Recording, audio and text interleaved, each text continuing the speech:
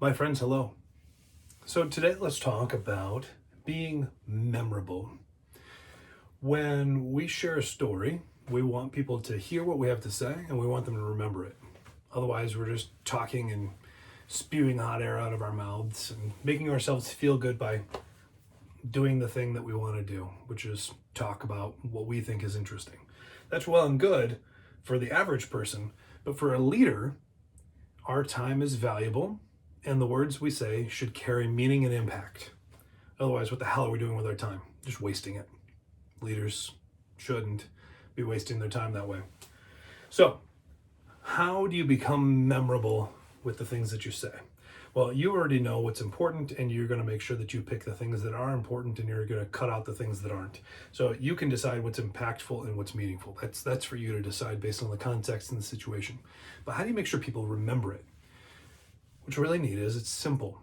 We use what we know works. We use what we know our brains do. Think about this.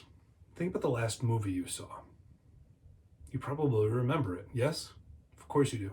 Think about the last book that you read, particularly a fiction book. You probably remember it.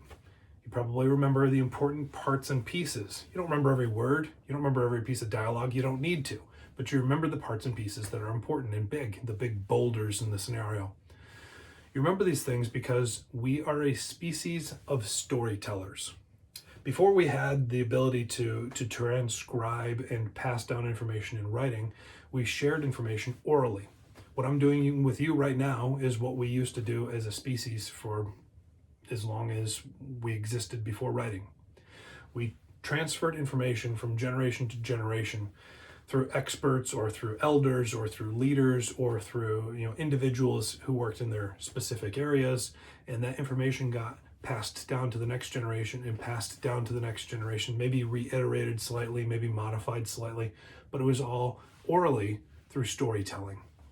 So what you have the opportunity to do is to use what works and tell a story.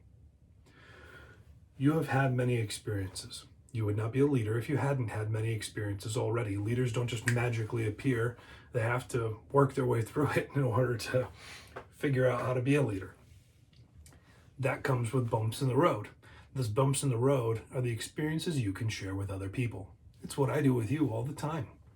I've made a lot of mistakes. I've had a lot of failures.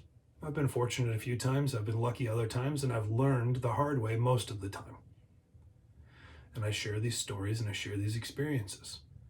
And you have the opportunity to learn from my mistakes and my pain so that you don't have to experience that. You can do the same thing for those around you. You can share the pain, the experiences, the bumps in the road that you've had, and hopefully the good things that have taken place as well. When you tell the story of how it happened and what took place and who was there and what then happened here and this and that and everything else, just like when you read a book or watch a movie, when you share a story, people remember it. The next time you want to pass information on to one of the people that you love and care about, or the people that you're charged with serving, tell them a story that pertains to that information.